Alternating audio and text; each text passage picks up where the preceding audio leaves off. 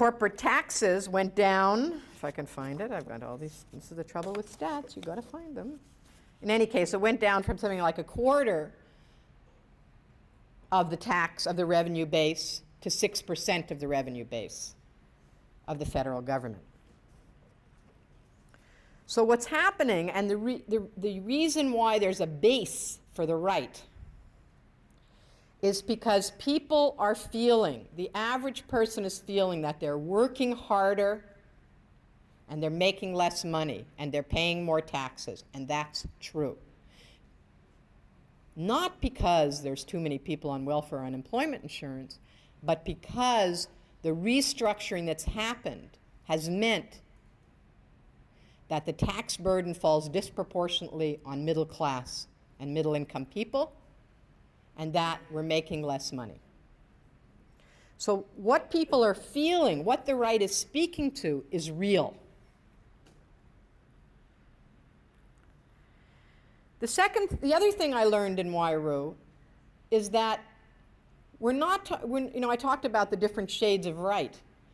Well, the global forces that are causing all this to happen, we can call them the forces of globalization. And we have the elites in Canada, the Liberals and the Tories, who have supported this process through supporting free trade, restructuring, and so on and so forth. In a sense, the right is a response to that.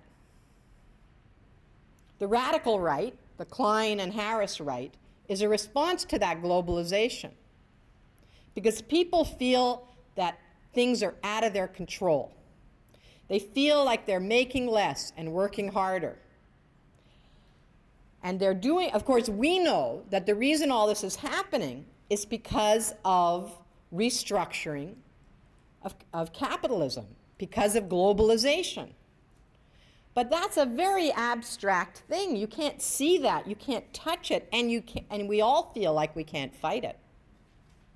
It's much easier to think that the reason it's happening is because of these no-good deadbeat welfare recipients who are eating up all our money, all our tax money. Or it's happening because of these rotten politicians who are spending like crazy and not taking our money seriously.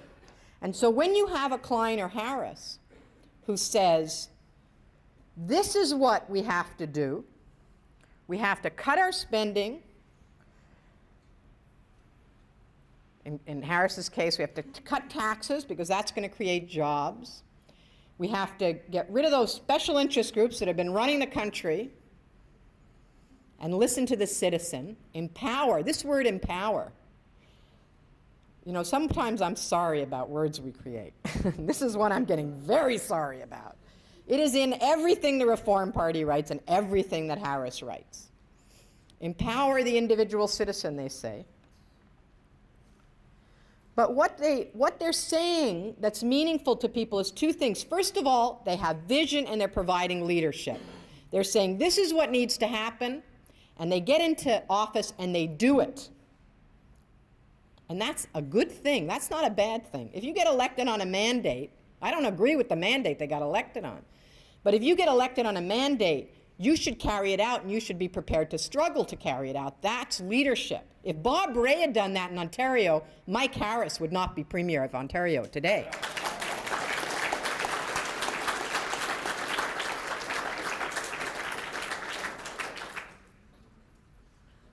And two, they do support a democratic change. You see, the Reform Party does support democracy. They actually really do, on a certain level, okay? Formal democracy. So, for example, why is it that it's Preston Manning saying if it's 50% plus one in Quebec, it should be a yes vote? Because he's a populist. He really believes in that. He really believes in that. And it's because of us, because of the women's movement, the environmental movement, the labor movement, that people want more control over their politicians. It's because we've taught them that you don't have to just elect people for 5 years, send them, and then forget about them and let them do whatever they want. We've taught them that you can actually have an influence over what politicians do once they get elected, that you can actually organize and fight for what you believe in. We've taught them that. But somehow the party that represented us in Parliament, or most of us, the NDP, didn't translate that into parliamentary democratic reform. The right did that. And that's the populism of the right. And I still believe this, and now maybe this is my naive optimism, that it's that populism, more than the right-wing economic policy, that got Harris elected, that got Klein elected, that got the Reform Party as many seats as they got, and it's what makes them popular, more than their economic policies. I believe that. Although I'm not denying this antagonisms to the poor, which I find quite horrifying, and I'll get to that. And so the right is providing for people an answer to the discomfort they feel about the effects of globalization. And I think we haven't understood that enough. I think we sort of lump them all together as the neoconservative agenda, but there's a difference between what the right is saying to people, the radical right, and what, the Mulroneys were saying, or the Bill Davises, or whoever, okay, or the Chrétiens, for that matter.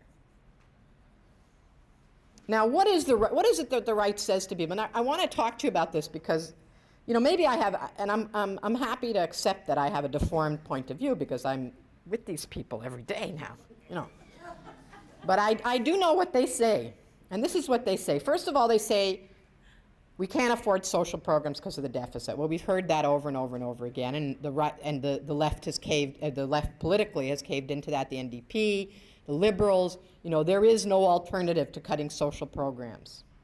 The facts are, as you'll discuss tomorrow, no doubt, that the deficit has very little to do with social spending. It has everything to do with a revenue crisis because of tax reform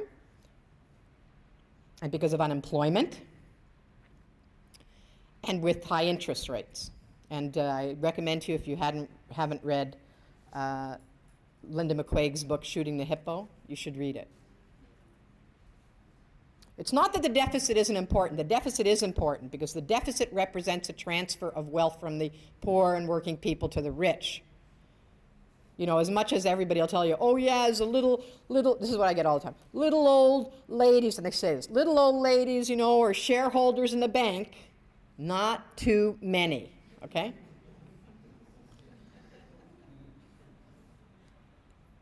Second, so we can't afford, so it starts out with we can't afford social programs. That's how it started, remember? Well, it started, free trade, we'll go back then. It was, oh yeah, free trade, we argued, there'll be a downward pressure on social programs, we'll lose our social programs, and they said, oh no, free trade's gonna help us, give us the money to finance. It's important to remember, the media has a very short memory. So it's important to remember. And what they said was, free trade will give us the money to fund social programs. As Brian said, social programs are a sacred trust, right? Okay. But now we can't afford social programs. Of course, we'd like to have them. That's the more moderate right. We'd like to have them, but we can't afford them. I'll get to the more radical right in a minute. The other, which is also not true, as was mentioned before, Canada spends about average in G7 on social programs now, that's pre-cuts, this Bill C76. Never had that good social programs compared to Europe. Really not that good at all, around middling social programs.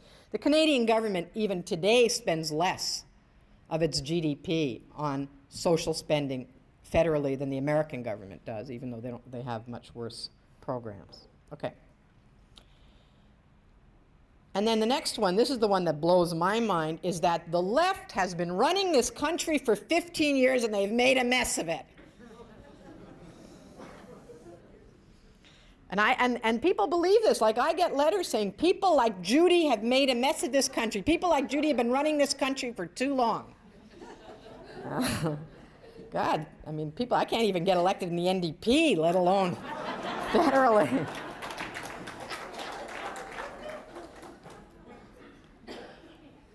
The next one is everything that in the public sector is bad and everything in the private sector is good. And this is the most amazing one, because when I was a young person, it was the other way around. Like, anybody who worked in the private sector was, you know, a sellout, right? What, I don't remember, I forget the words we used for that in those days. But anyway, if you didn't work in the public sector, you were some kind of bourgeois, you know? But now it's the opposite. And if you in any way get paid by tax dollars, unless you're a doctor, of course, then you are a parasite. A parasite. Plain and simple. I got a letter the other day saying, Judy Rebick's never had a real job. You know, I worked for the Canadian Hearing Society for 15 years. That wasn't a real job because it got some public funding. I mean, anything you work for that gets any public funding, it's not a real job. And the public sector is inefficient. Government is inefficient and the private sector is efficient. So how come half the commercial space in downtown Toronto is sitting empty today if the private sector is so bloody efficient?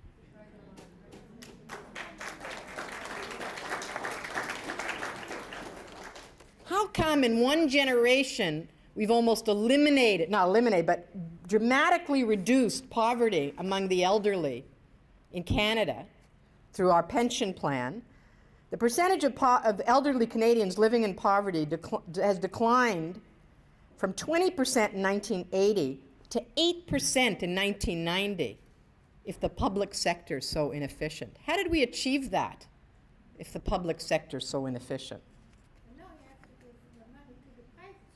Right, that's right. That's right. Okay, so that's the other argument. The next one is that the market will solve everything. The solution to our economic problems is to free the market, free the companies. Now, we used to talk about the free trade deal as a Bill of Rights for corporations, a Charter of Rights for corporations, but that doesn't go far enough for them. They want to get rid of everything. They want to get rid of labor law, minimum wage, what they call payroll taxes, by which they mean UI payments and pension payments. They want to get rid of all of the, in their words, shackles on the market. But as I explained to you before, and we know this, if the market was unshackled, the division between rich and poor in this country would be, as it is in the United States, worse. And we can prove that. So that's an important argument to take on. And of course, the other thing about the market is that, you know, business cares about making profits. And now, because of the pressure of international investment, it cares about making profits obsessively, one could say, almost irrationally, so that, you know, the Bank of Montreal can make record profits and lay off 20,000 people. Like, it's crazy, right? They've gone, it's almost like there's a mass psychosis of corporations. Just make more and more profit for your investors. The hell with your workers, the hell with the public, the hell with the consumer. As long as we have to make over 10% profit, and next year we have to make over 12% profit. And the market doesn't redistribute income at all. The market doesn't help poor people. The market doesn't provide health care. The market doesn't provide education. Well, now we come to this part, which is 1 year ago in Toronto, in Canada, to argue that Medicare should be privatized was an impossible thing to say. It was so fringe that almost no responsible person would say it. To say that education should be privatized, even though they were doing it on the fringes, was impossible to say. But today it's being said openly. It's being said openly.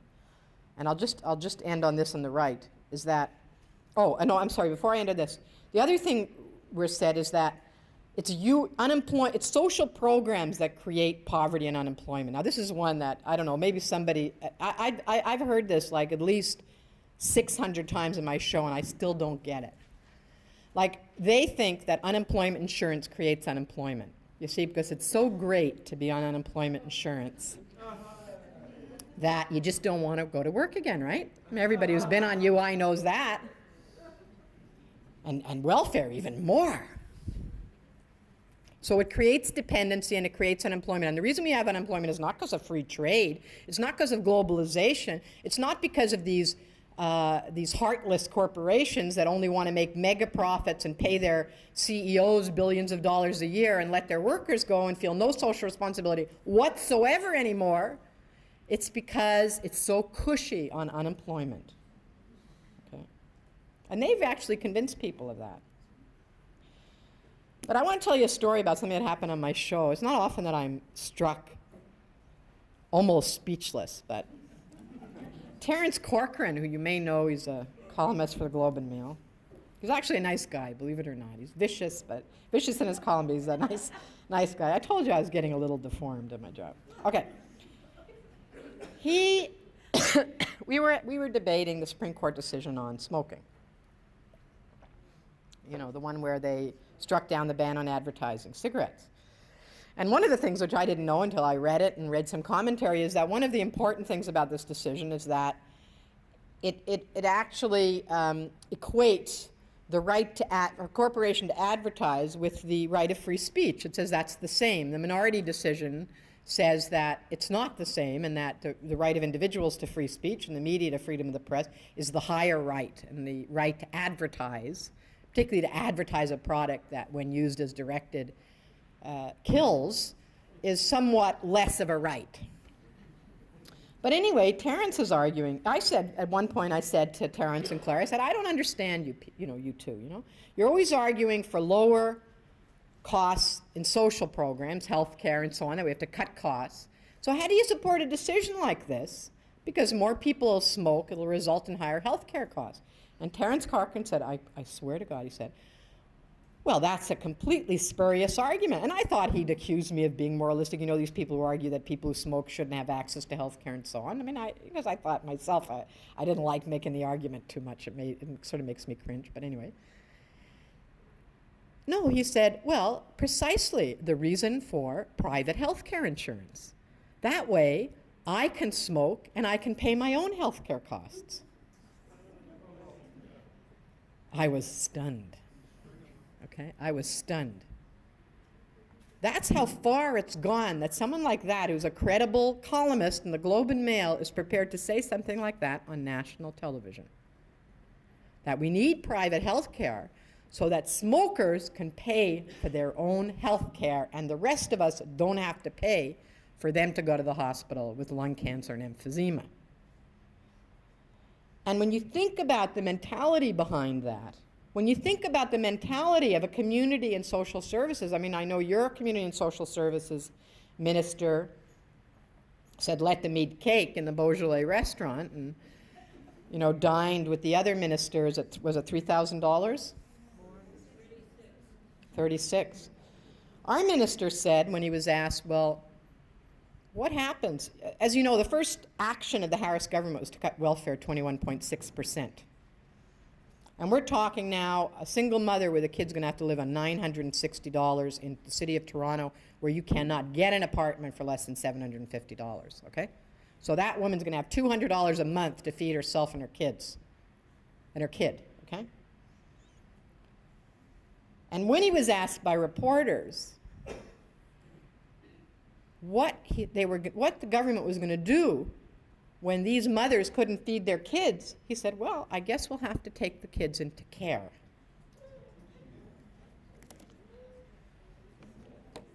So I guess next we're going to have poor houses in the province of Ontario, because it seems to me the next step. And orphanages, as Newt Gingrich said. But okay, he took it back. He said he was misquoted, which he wasn't, but the next day, Mike Harris, I always want to call Mike Harris Frank Harris. Frank Harris was a Victorian pornographer, and somehow I can't get this name out of my head. Mike Harris, in distancing himself from this comment about putting poor kids in care, said, and that he's our premier, he said, well, it's not the responsibility of welfare to make sure children are fed. We live in a country that the World Bank, not even the UN, the World Bank, not a radical organization, said is the second wealthiest country in the world. And in the wealthiest province in that country, we have a premier who is prepared to let children starve to give a 30% tax cut to his friends. It's disgusting.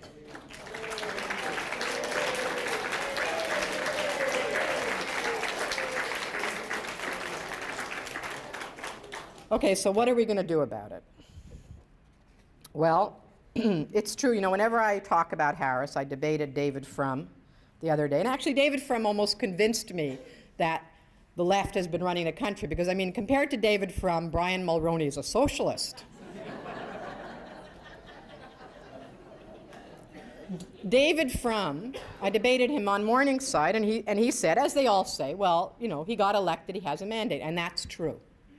He got elected, he has a mandate. And we have to say that when people voted for him, they voted for his welfare reform.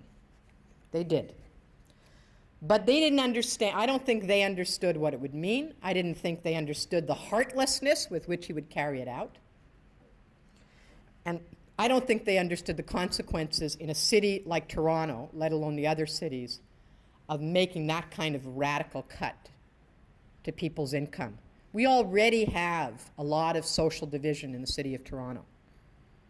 The reason that it works as well as it does is because we had people who fought at the municipal level to maintain humane cities. We had people who created mixed social housing so that we didn't have ghettos.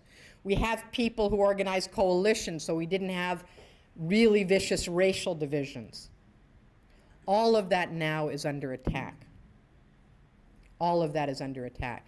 And I believe if we don't mobilize, that Toronto in 5 years will be like Detroit or New York or Washington, well, maybe not as bad as Washington, D.C. Nothing could be that bad. And that's a really, I never thought I'd see that in Canada. I never thought I'd see that. So let's talk about what we're going to do. I talked about 3 reasons why this has happened. The globalization, the impact on the middle class's living standards, the appeal of the right, and now I want to talk about another reason, and that is the failure of leadership of the left. And I think the reason I want to talk about that is I think that looking self-critically at what we've done wrong, and when I talk about the left, I'm not talking about just the NDP, because it's easy to throw stones at the NDP. I'm good at it, just like everybody else. But the broad left, the NDP, the labor movement, the women's movement, the environmental movement, all the progressive movements I'm talking about when I use the word left. I'm not talking about the liberals and Mulroney, however, but I'm talking about the broad progressive movement. The first thing I mentioned earlier, and that's at the electoral level, I don't think this is true at the level of social movements. There has been a failure of leadership at the electoral level, and we see it most at the provincial level because we haven't had power at the federal level, but we saw it at the federal level too, and we'll come back to that. Where a government gets elected, like the Reagan government, it had a mandate, it got elected on a platform, and as soon as business mobilized against it, it backed off. And so what happened was it created a cynicism in the voters. And the cynicism is they're all the same. Because the voters voted for whatever the media, the pundits tell you. They didn't vote for Bob Rae just because they were angry with Peterson, David Peterson. Because they could have gone right at that point. They didn't. They went left. And they went left because they thought the NDP was different and that the Liberals and Tories were the same. And they wanted something different. Bob Rae, when he was first elected and brought out that first budget, which was a left-wing budget, looked sort of like the last alternate federal budget a little bit. It wasn't that good, but it was good. Was 60% in the polls, just where Harris is today. But Bay Street mobilized, and they were under a savage attack from business. There's no question that they were. But instead of mobilizing their support, which they could have done, for example, by having a referendum on auto insurance, instead of caving in and dropping it. If they had had a referendum on auto insurance, they would have had an 80% vote, 85% vote in favor of public auto insurance. And they could have used that to get the corporations to back away. But they didn't, because they don't believe in direct democracy, and this is a fundamental weakness of the left, that the NDP and the trade union movement up till now does not believe in direct democracy, and therefore if you're in a parliamentary position, you cannot mobilize your support. You cannot mobilize your support without direct democracy, because in our society, the NDP is not like some places in Latin America where a social democratic leader can go out and organize rallies and so on and so forth. Our political culture doesn't support that. So if you want to mobilize your base in a parliamentary democracy, referendums are the best way to do that. But in any case, even short of that, they didn't call on us for support. They didn't turn to their friends. In fact, they turned in many ways against their friends at a certain point. And we didn't, as our movements didn't, support them enough. Critical support. But we should have been out in the streets. When there was a demonstration of 1,500 Bay Street boys on the lawn of Queen's Park, we should have been on the lawn of Queen's Park the next day, and if not the next day, a month later. But because of the way in which we've always divided, well, particularly in the labor movement, we've always divided between the NDP as the political arm and we're, the economic arm and so on, although we've gotten over a lot of that, people didn't think to do that. Well, some people thought to do that, but not enough. And so there wasn't the counter-mobilization. We didn't understand that we're in a different period of politics, and this is the point I want to make here, is that when I ran for president of NAC in 1990, I'll never forget this, somebody did a profile on me, the Toronto Star, and the woman said to me, Judy, it's sort of funny that you're taking this role because, you've been involved in the abortion struggle. Now, that's a very un-Canadian struggle. It's polarized. People feel passionately on both sides of that struggle. People in Canada aren't like that. And I said then, well, what about Meech Lake? That was pretty polarized. And I said then, politics in Canada is changing. It's becoming more polarized. What we have today in Canada is a very class-conscious, what we used to call in the 60s, ruling class. That is, the corporations today and their friends in the Reform Party, and I say the Reform Party, even though most people don't think of it that way, the Liberals and the Tories, are very class-conscious. And what happened when the Bob Rae, and I'm sorry to talk about Ontario, but I think it's instructive. When business mobilized against Bob Rae, is we didn't understand that that was class war, that we had to mobilize back or we were going to lose. And that was a failure of leadership, in my view. The second failure was that during the free trade fight, somehow we started defending the status quo. We fought against free trade, which was the right thing to do. I'm talking here about the free trade agreement.